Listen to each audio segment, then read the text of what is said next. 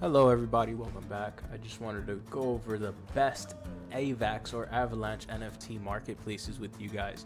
Now this is all totally based off of opinion and just kind of a little bit experience in this market or in these markets. So let's get it right on started. Why would you care about any of the marketplaces on AVAX or Avalanche? Well, I mean, if you want to buy or sell NFTs, that's what they're important for. They're important for minting. They're important to track info. And something that you definitely have to keep in mind is something called arbitrage profits or arbitrage opportunities, right? So that's pretty much what marketplaces are for, really across the board, like when it comes to NFTs. But these are the top 4 AVAX NFT marketplaces. So without further ado, let's get this party started. Boom. This is going to be our first one right here. Campfire.exchange. Now these guys are kind of like revolutionizing the game. I think when they first kind of came out, they were really vocal about being the first kind of like social NFT marketplace, something like that, where basically what they wanted to do was create obviously a platform for NFTs to buy and sell, but also you have a platform where you can stake NFTs for partial earnings or a percentage of earnings on the entire marketplace. They also, they have auctions here. One cool thing that they've also done is they've added the events tab, like where you can see kind of things that are happening as far as like online about AVAX and different things that are going on, right? So Twitter Spaces and stuff like that. That's the Power Hour. That's Crypto Bella, someone on Twitter who used to talk a lot about AVAX, and they have like kind of like their own things going on. There's a lot of people, or not a lot of people, but there are quite a few people that are kind of personalities in the space, just very active people. Moving on, we also have this really cool feature where essentially if someone, let's see if I can actually, this is me here. So first off, they have like kind of these handles. So trying to make .buyer, that's mine, where you can reach me. That's my .buyer name. And if you go click on it, not everyone has it set up like this, but you can actually go right into the Twitter, right? So let's say if you wanted to buy an NFT on a profile, but it's not even for sale, like this 8-bit leopard over here, right? One thing you could do is you could go straight to the person that owns it, and not everyone does this, but it's a highly probable. Let's see if this wants to load up. It's highly probable that they do have, there we go, their Twitter actually connected, and you can see that it's not actually up for sale, but you can send a message to the owner. In this case it would be me, and then we can at least talk about it, right? So that's something really cool, kind of revolutionary, that doesn't happen anywhere else. All right, here we have kind of like just a recent transactions, recent sales. That means that this these are kind of the things that's going on right now. Next up, we have NFTrade. NFTrade was around before Campfire. However, it just doesn't have that kind of support behind it, right? Like it doesn't have people that you can talk to on Twitter Spaces that are behind the scenes, making sure that everything runs and works. But this is for sure a marketplace that I personally haven't had any issues with, right? You can buy, you can sell, you can create your own NFTs, really, and you can trade NFTs, right? So like, let's say if I wanted to trade an alter ego punk for a vending machine NFT, I can go ahead and do that. I can send a trade to someone, right? And then they do have another feature here. It says farm. I personally haven't used it, so I don't want to vouch for it. But hey, this is something that they do have that exists.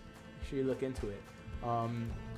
On this platform, however, I would be very weary about fake collections and stuff like that. What you always want to do is you want to search for, let's say, I love Rooster, by the way. I love the whole chicken ecosystem. But let's say if I want to search for Rooster, I would start typing in Rooster, and I want to get one that's verified. That makes me feel real comfortable. If I don't find one that's verified, what I'll do is I'll go straight to the contract address, and then I'll try to find it like that. So here you can't really get too confused here because there's nothing that actually says another just Rooster just like that. But let's say if I do like farmland, okay.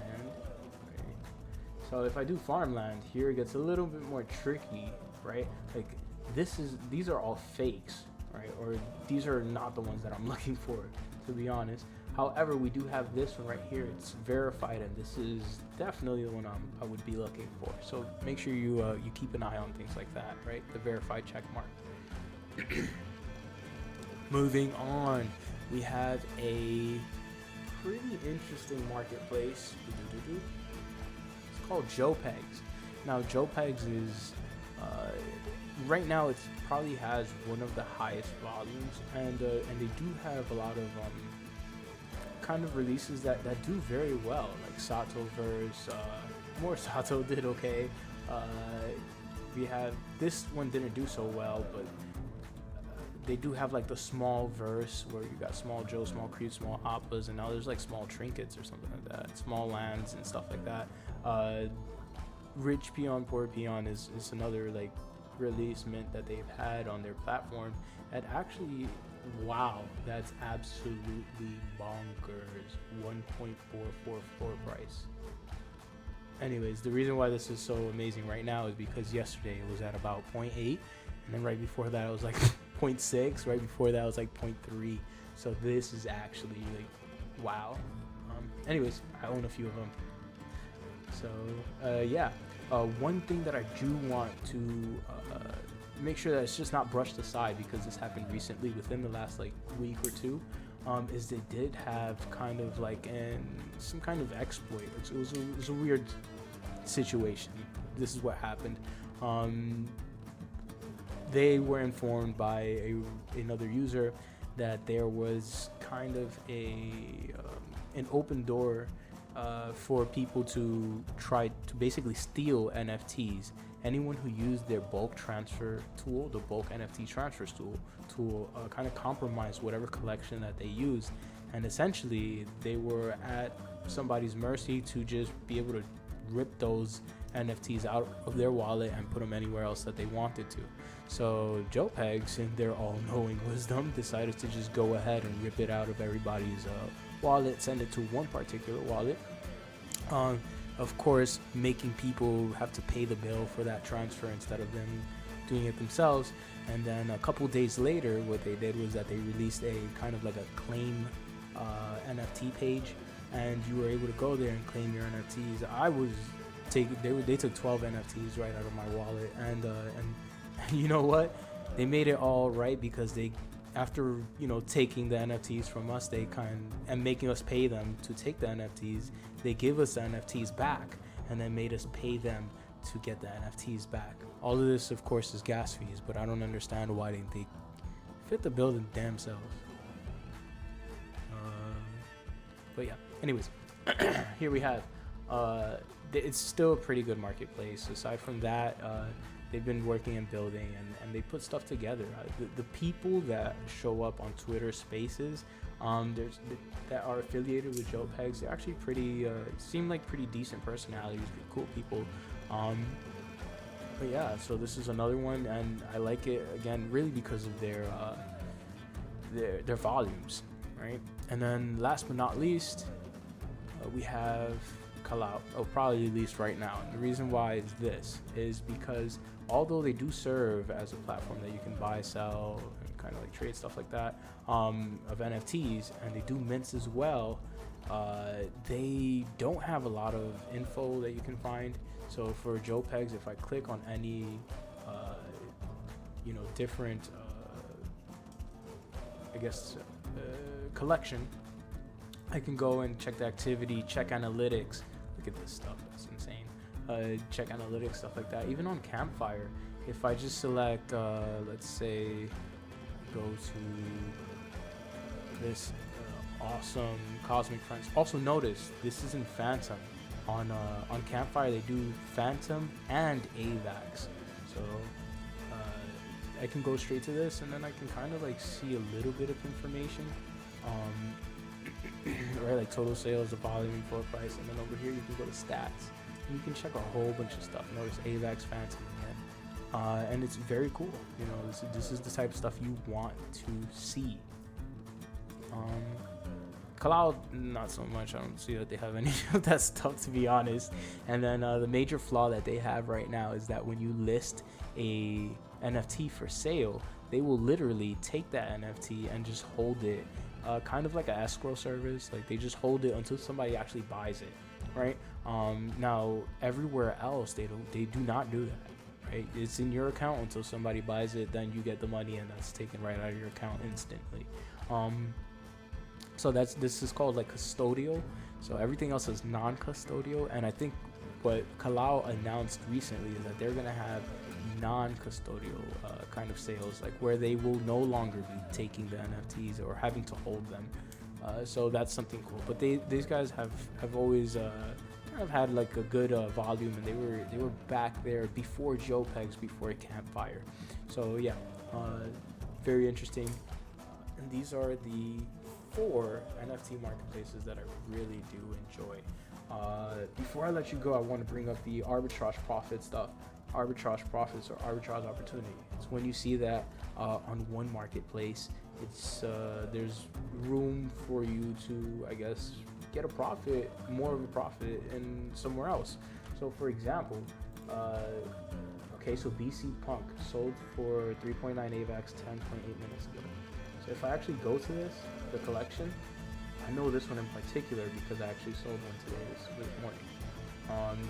This one is listed here on Campfire for 4 AVAX, right? 4 AVAX, then goes to 5. We have 3, 4 at 5, and then goes a little bit up, jump straight into some pretty crazy good turf, right? Crazy good prices. But this same collection, if I go to Joepegs, I go here, Alter Ego Punks, Caps Lock, check this out. Floor price is 6.9. I mean, basically, this is an arbitrage opportunity here.